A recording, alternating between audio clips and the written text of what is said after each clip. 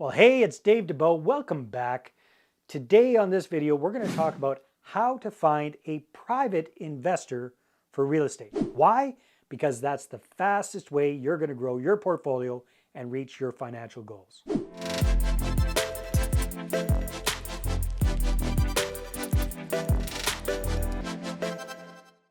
All right, so on this video, we're going to be talking about the three foundational phases of what I call my money partner formula. Talk about the foundation, we'll talk about launch, and we'll talk about leverage, one of our favorite words in real estate. Let's get started. All right, when it comes to the foundational phase of what I call my money partner formula, which is all about how to attract and find private investors, the foundational phase has three steps. The first step is all about creating what I call your dream 200 list of prospective investors. So these are people that you have a pre-existing relationship with, friends, family members, coworkers, and business associates. Get them all in one place so that we can communicate with them on a regular basis via email. So once you got that, the next step is to make sure you've got your online marketing hub ready to go. This is a website, an investor-focused website. All of your communication is going to be coming from your website, and the whole goal is to bring people back to your website to take a look around, see what you're doing with real estate investing, and most importantly, click on the big Contact Us button. Because that's the goal of all of this, is to get you investor meetings booked. And ideally, get them just popping up on your online calendar automatically. Now, the third step in this foundational phase is to make sure that you've got what I call your $1 million investor presentation ready to go. Because again, when people put up their hand and say, hey, tell me about your deals, you need to have something to show them. And I find that a really good investor slide deck presentation is the best way to do that. Why? It keeps you on track, it's visually interesting for the other person, and it's a very simple way to explain how your real estate deals work to a non-real estate person. All right, so once we've got all of this ready to go with the foundation, now we're ready to go to the next phase, which is launching. All right, so for the launch phase, what we want to do is we want to, number one, reconnect with the people on our list on a personal level first before we start pitching them deals. One of the big mistakes I made early on in my raising capital career was I just charged in like a bull in a china shop saying, hey, it's Dave. I got the deals. Have you got the dough? It did not work. I fell flat on my face. I lost the deal I was trying to work on. And worse yet, I turned off a lot of really good prospective investors because I was so damn clumsy. So I don't want you to make the same mistake. So the first thing we want to do is we want to warm them up. We want to reconnect with people. And the good news is you can do this with a simple little 3-email sequence. The first email is just a written out email, catching people up and encouraging them to reply back to you and connect that way. The second email goes a few days later. Same idea, same kind of communication, but you're going to do it in video format. Again, at the end saying, hey, that's what I've been up to. How about you? How are you doing? Please hit reply to this email. I'd love to catch up. And then the third message is what I call the transition message. And this one's really important because it's going to tell people that you're going to be keeping in touch with them and switching the conversation to start talking about real estate. You want to create curiosity. You want to tickle that greed gland a little bit. You want to give them a little bit of an insight into what you're up to and how they can benefit. And then this is all going to set the stage for the marketing communication that's going to be coming down the pipe after that. Okay, so that is the first thing. We warm them up. Then after that, what we do with our clients is what I call the ninja appointment strategy. Ooh, sounds kind of mysterious, doesn't it? Ninja appointment strategy is a quick way for you to get somewhere between 10 and 20 friendly investor meetings booked in as little as an hour. That's right. You heard me right. In as little as an hour, you can get 15 to 20 investor meetings booked. You can't do them that quickly, but you can get your calendar filled up for the next 2 weeks, having meeting after meeting after meeting with people that are looking at your deals and that you can get your first investors engaged and onboarded right away. In fact, this is how most of our clients are able to raise their first 6 figures within a couple of weeks, is with this ninja strategy. And then at the same time, the third part of this launch phase is the marketing, what I call constant, consistent, edutaining communication. What does that mean? Well, constant means that it's coming out on a regular basis. What I mean by regular is at least once a week. Drip, drip, drip, drip. Something's coming out from you to your list of prospective investors, and it's coming out on a very regular basis, ideally weekly. Okay, so that is constant. What is consistent?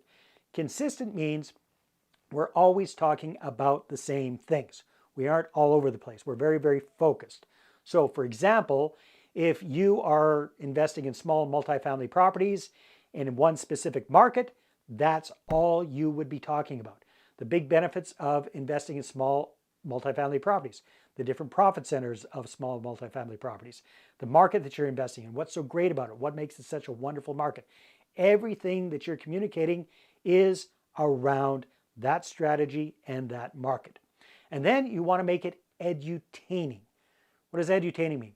A little bit educational and hopefully a little bit entertaining. So again, one of the big mistakes I see a lot of new capital raisers making is that they are trying to regurgitate everything they know about real estate investing onto their prospective investors. And here's the reality.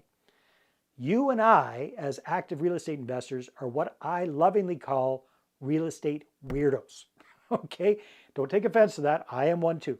But your prospective investors probably aren't. They're probably regular people. So instead of watching videos like this on YouTube, they're watching cat videos on YouTube. They're spending their time, instead of taking real estate courses, they're watching Netflix or on Facebook or whatever they're doing. They are regular human beings. We cannot assume that they want to learn everything that we know. They want to get the gist of it, and they want to know that you know your stuff, but they don't want us to try to data dump everything on them. So what's the solution there? Be a little bit educational, give them the big picture, 30,000 foot perspective, create a little bit of curiosity, and then to make it entertaining, you don't have to do anything crazy, maybe just tell a story. That goes a long way. People love stories. So if you use an example from your own experience or somebody that you know and make it real for that person, they're going to remember a lot more, and then always leave them wanting more. Create curiosity so they want to find out more, so they're going to click on that Contact Us button and book a call with you. Okay, so that's the launch phase. Phase number 3 is all about leverage. So once we've got everything up and going, it's really important that we go from trying to book one-on-one meetings to starting to one-to-many presentations. How do we do that? Webinars, online group presentations. The great news is you don't need a lot of technology. If you've got a Zoom account, you can do it just fine there. You get the word out and you get a number of people on a call at the same time. You walk them through a quick presentation, create curiosity, get them to book a call for a one-on-one call with you after that. Okay, so that's the first part. You want to start leveraging things. Next thing is continuity. Once you've got your marketing up and going, you need to make sure that you keep it going. That constant, consistent, edutaining communication is not something you can just do once in a while. You need to get it going long term. Because here's what we found after years and years and years of doing this with hundreds of clients one-on-one, is we found that it's pretty straightforward and pretty simple to shake that investor tree and raise several $100,000 very, very quickly. But if you want to start raising 7 figures, you're going to have to keep going with the marketing. Because what we found is the vast majority of people are able to raise about 15% of their available capital within the first month or month or two. Okay? But the vast majority of that capital, 85% of the available capital, will only come somewhere between month 4 and month 18. Now, why is that? Well, really, if you think about it, it's just common sense. If you're trying to get an investor partner or a joint venture partner to come on board and invest $50, $75, $100, $200,000 with you, that's a fair chunk of change, don't you think? So again, for that person to do that, they need to know you, like you, and trust you. Now, if you follow my instructions and you created your Dream 200 list of prospective investors from within your existing network, those people already know you, they already like you. Now we just have to get them to trust you with their $150,000 or $200,000. And the way we do that is with that consistency of that communication. Just because we want them to invest right now doesn't mean they're ready, willing, or able to invest with us right now. So what we want to do is we want to get top of mind and stay top of mind with those people. And the way we do that is with the consistency of the marketing over the long term. Okay? And then last but not least, the final part of phase number 3 of the leverage phase is that you really want to start building up your authority in the eyes of your prospective investors. You want to be seen as the #1 real estate gal or real estate guy in their minds, right? So the way we do that, lots of different ways, how you dress, how you speak, the presentation, the materials you have, all of that goes a long way. There's a couple other tips for you there. Get actively involved in your local RIA or real estate investment club or association. Speak, don't just be there and be passive. Be part of the team, be part of the directors of that club. Get seen, get noticed, get familiar with the other local folks. You're going to be able to raise capital from some of those people. If you can, get booked on podcasts, be a speaker. You can even do stuff like this, start your own YouTube channel. Get the word out and be seen as an expert and authority. So there are 3 simple phases to what I call my money partner formula. First part is the foundation, then the launch, then the leverage phase. If you do that stuff in that order, that's how you're going to be able to find private investors for your real estate deals. Now, last but not least, I want to cover a big picture idea, and that is what comes first, the money or the deal. I've heard guru after guru after guru say, hey, just find a good deal and the money will find you. And I say baloney. That's not how it works. I tried that back in the day, found a fantastic deal. Then I was scrambling for the money. I only had 2 weeks to come up with the cash and I wasn't able to do it. I wasn't able and I ended up losing that deal. And I've seen so many people lose deals because they wait till the last minute to try raising capital. So when it comes to the chicken and egg, which comes first, the money or the deal? The money always comes first. Here's my goal for you. Get your investors lined up, ready to go. Get your investor ducks in a row, okay? So have 2, 3, 4, 5 people who've put up their hand and say, hey, you know what? When you've got a deal, I want first dibs. I want first option to get involved in that deal. Ideally, you get people to sign off on an expression of interest. Your job is to do all of this marketing stuff, have investor meetings, and get people enrolled. Get them to sign off on expressions of interest. And then have more of those lined up than you need. So when you've got a deal, you know that you've got more than enough capital to make it happen. All right, hopefully you found that helpful. If you're looking for more information, more details on what I call my money partner formula, then go ahead, get the book, Money Partner Formula. Goes through all of my experience, the good, the bad, the ugly when it comes to raising capital.